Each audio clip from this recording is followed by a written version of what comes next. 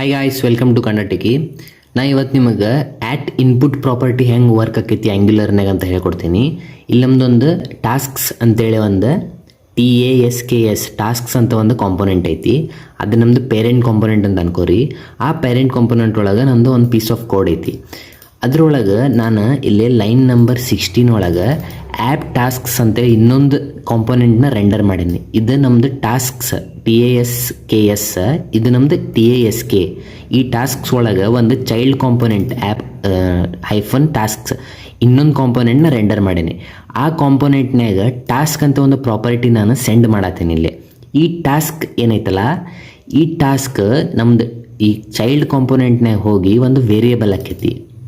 ಇದಕ್ಕೆ ನಾವು input property ಅಂತ ಕೊಟ್ಟು ಇದನ್ನು ನಾವು ಫೆಚ್ ಮಾಡ್ಕೋತೀವಿ. ಅಂದ್ರೆ ಇದ್ರದ್ದು ವ್ಯಾಲ್ಯೂ ನಮಗೆ ಇಲ್ಲಿಂದ ಸೆಂಡ್ ಮಾಡತ್ತೇವೆ. ನಾವು ಪೇರೆಂಟಿಂದ ಈ ಟಾಸ್ಕಿನ ವ್ಯಾಲ್ಯೂ ಐಟಮ್ ಆಗಿ ಸೆಂಡ್ ಮಾಡತ್ತೀವಿ. ಎದಕ್ಕೆ? ಈ ಚೈಲ್ಡ್ ಕಾಂಪೊನೆಂಟಿಗೆ. ಇದು parent to child relationship in Angular ಅಂತಾರೆ.